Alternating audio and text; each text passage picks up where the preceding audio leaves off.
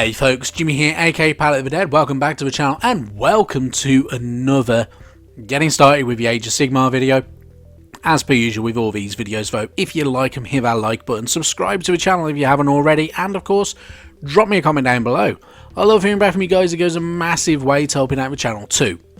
Now, with these videos, what we're doing is, if you've not already seen them, we're theoretically having a look at what you can get for £200. So, if you had a budget of £200, what you could get to start a new army within the Age of Sigmar.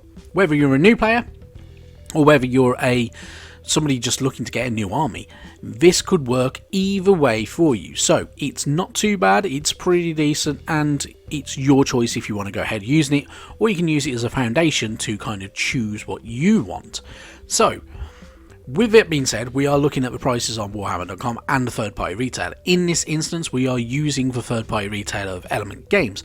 However, this is not an ad, this is not sponsored or anything like that, so if you wanted to shop elsewhere, you obviously can.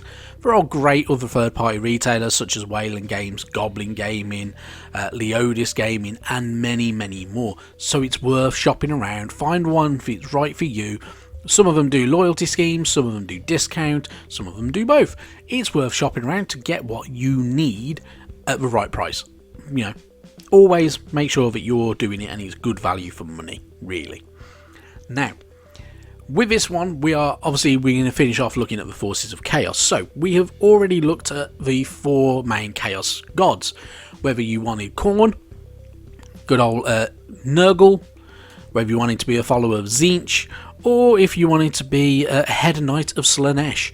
You've already got them choices, so if you haven't checked them videos out, you can do so after this if you really wanted to. But they all have some pretty good armies. It's always worth having a look out to scope out what's right for you. So, with this one, we have 3 more factions of Chaos left. They're slightly varied, but they're slightly similar. Now, these are kind of a more kind of combined forces. So you have factions, kind of sub-factions within each faction that can go in different directions. So they are more kind of like a united chaos forces, really. So, without further ado, I need to get cracking on with this, don't I, really? So, first we're going to have a look at the Beasts of Chaos. So, as per usual, we would always take a Vanguard box. This box in particular gives us 34 minis. So, firstly, we get a Great Bray Shaman, which is a fantastic looking mini. Really nice sculpt. Then we get 3 of the hard-hitting Dragon Ogres. We're closely followed by your battle line troops in the shape of 10 Gors, 10 of the more heavily armoured Bestigors, and then we get 10 of the very weak Ungors, which makes a really decent box. 34 minis for £85 is pretty good going, in all honesty, so this gives you a really good start to get going with a Beast of Chaos army, if you're so inclined. Now, after that box, I personally would take another hero unit in the shape of the Beast Lord. This is a really cool looking mini, carrying them 2 axes like it's an absolute unit. A brilliant mini. I genuinely really like this one, and it'll be a really cool one.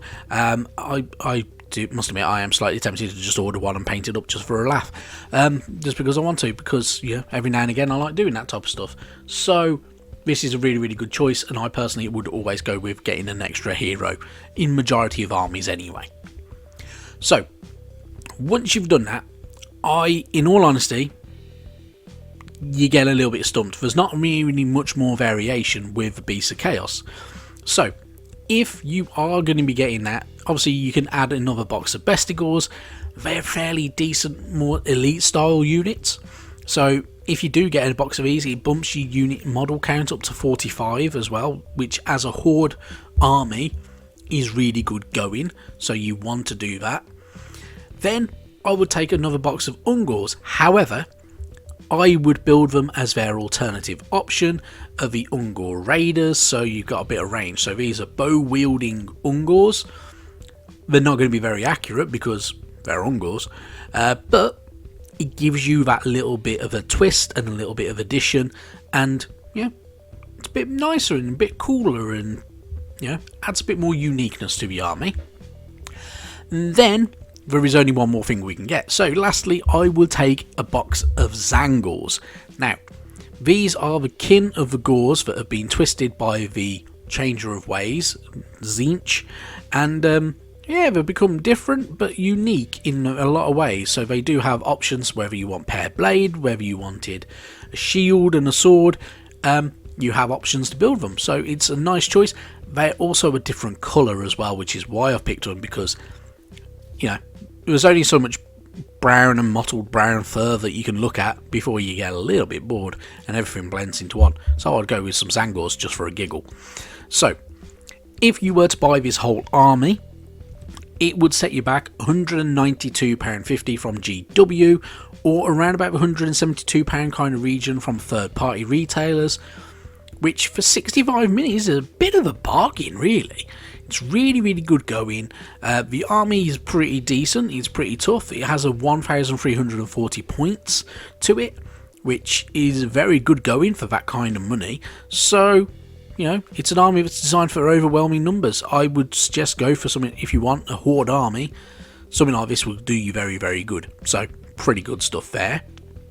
Then we're going to move on to our penultimate army of chaos, the good old Slaves to Darkness. I'm not going to lie, these are the more human elements of the Forces of Chaos, and they are the least inspiring, in my personal opinion. So, yeah. Now, as per usual, as the trend has been going with all of these videos, we're going to take that Vanguard box, gives us a Chaos Lord, a single Chaos Chariot, because, you know, who doesn't want a chariot? Then we get 10 Chaos Warriors, and finally we get 5 of the Mounted Chaos Knights. Sets us back £85 for not a lot of units. However, as they're mostly Chaos Warriors and Chaos Knights, they are quite heavily armoured, so, you know, they're pretty good. At least they're not the Marauders that you used to get from the Start Collecting box, because they were terrible and really old designs in all honesty. So this gives us a bit better. Now, there's not really super huge amounts you can do with this army, so at the moment. So I would add in another box of Chaos Warriors. In all honesty, it bulks out your battle line of troops. They're fairly decent. You can kind of edge them towards whichever Chaos God you want, in all honesty. So, yeah, it just adds a bit to it. Yeah, it just bulks out that unit, doesn't it? Then, in all honesty, I'd take in a box of Dark Oath Savages. 35 quid, their points value isn't super huge, but they add an extra dimension to the army. They're pretty good looking. I do quite like these minis. They look quite unique, and they look very, very different and very, very challenging, and more like barbarians than any other units within the Chaos faction. So I would definitely take one of these. And then, very, very finally, I would bring in some of the lovely elite troops in the shape of the Chaos Chosen. So, £37.50 for 5 minis is expensive. But, while they cost a fair bit, and you don't get a lot, they pack a bit of a punch, and they look pretty decent at the same time. So, they have a good look to them, they pack a bit of punch, but they're just expensive. That's the only downside to them. But there's not really much variation that you can do with a Slaves to Darkness army at the moment, so you're kind of stuck. Now, if you were going to get this army, it's relatively small, 1,100 points, costs £195 from GW, but around about £166 from a third party retailer, which leaves you some change to add in maybe an extra unit to that army, whether you wanted to, I don't know, get yourself some more good old Chaos Warriors or something like that. That's pretty decent, and gives you a bit more and bumps that army points value up as well. Now, with all that done, we are left with one faction left from the Forces of Chaos. Now, this is Skaven. So, now I admit, some Skaven minis are pretty dated and in need of a very, very good update, but I really like the Skaven. I also have the personal theory that, or what should I say, hope, that Skaven will be the next faction to be the main baddies and face off against the Stormcast in the next edition of Age of Sigmar. So you never know, it could be really good. But with that said and out of the way, we're going to crack on with the crafty vermin. So, again, we start off with the Vanguard box. This contains a Grey Seer. They're little, but they are potent magicians. Then we get a weapon of war, so we get the Warp Lightning Cannon, or if you wanted to, you can make it into a Plague Claw Catapult, depending if you want to go for more of the standard Skaven units, or if you wanted to go down more kind of the more Clan Pestilence style units. Then we get 3 of the Hulking Storm Fiends, and then we get Clan Rats. So we get 20 Clan Rats. It's a decent start to a Skaven army. The idea with all of it is that they are another horde army, so you kind of designed to have loads of them, but they are weak-willed and fairly squishy. So it's worth having the big guys like the Storm Vermin, the Storm Fiends, because they're pretty cool. So I then would want to add some fun units to all of this. Now, the first fun unit I would bring is the Warlock Bombardier. I like this mini. I have this mini because it was in one of the packs before. I think it was Carrion Empire or something like that. It's a really, really good mini. I like it. It's genuinely a cool one. Yeah, one of the best Skaven units you can get, in my opinion anyway. So really, really nice looking. Then to amp up the fun and craziness, because it's just a great, great mini, I'd go for a Doom Wheel. Now, I genuinely don't think these are very, very good units. However, they are fantastically fun to look at. They're really, really good fun to build and paint. In all honesty, it's best to do them in sub-assemblies to get in all that detail, but they're slightly nuts. They're slightly bonkers. They're very, very much out there, and I love them. Then, I would add in another unit of Clan Rats. So, they're not something special really, but it adds you a lot more frontline troops, which is what you want from an army like this. So it's all about the numbers game. So you can have your fun with things like the Doom Wheel, but you want to build up the numbers of units. So as many Clan Rats as you can and stuff like that, just to bulk out that army. And then, finally, I would take in a box of Storm Vermin. So these are your slightly heavier armoured ratkin. So, yeah, they're very, very good. One box gives you 2 units of 10 as well, so you're getting 20 minis in there, which is really good for the price. So you've got plenty of foot troops and frontline troops to kind of get going with, so it gives you a really, really good start.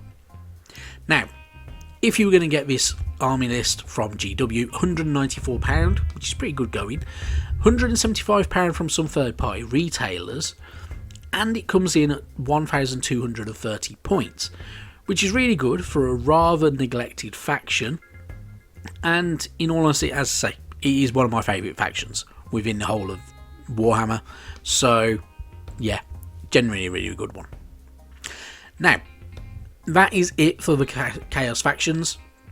There are some really, really good ones, and some factions that need a lot of love and attention, and hopefully GW will give them some of that soon. But they all make viable armies for beginners or anybody who just wants to make a new army. So, you know, there's a good choice there. Now, this only leaves us with one of the Grand Alliances left, which is the Grand Alliance of Death. So, we will start that very, very soon. But for now, thank you very, very much for watching, and I will catch you sometime soon. Bye-bye now.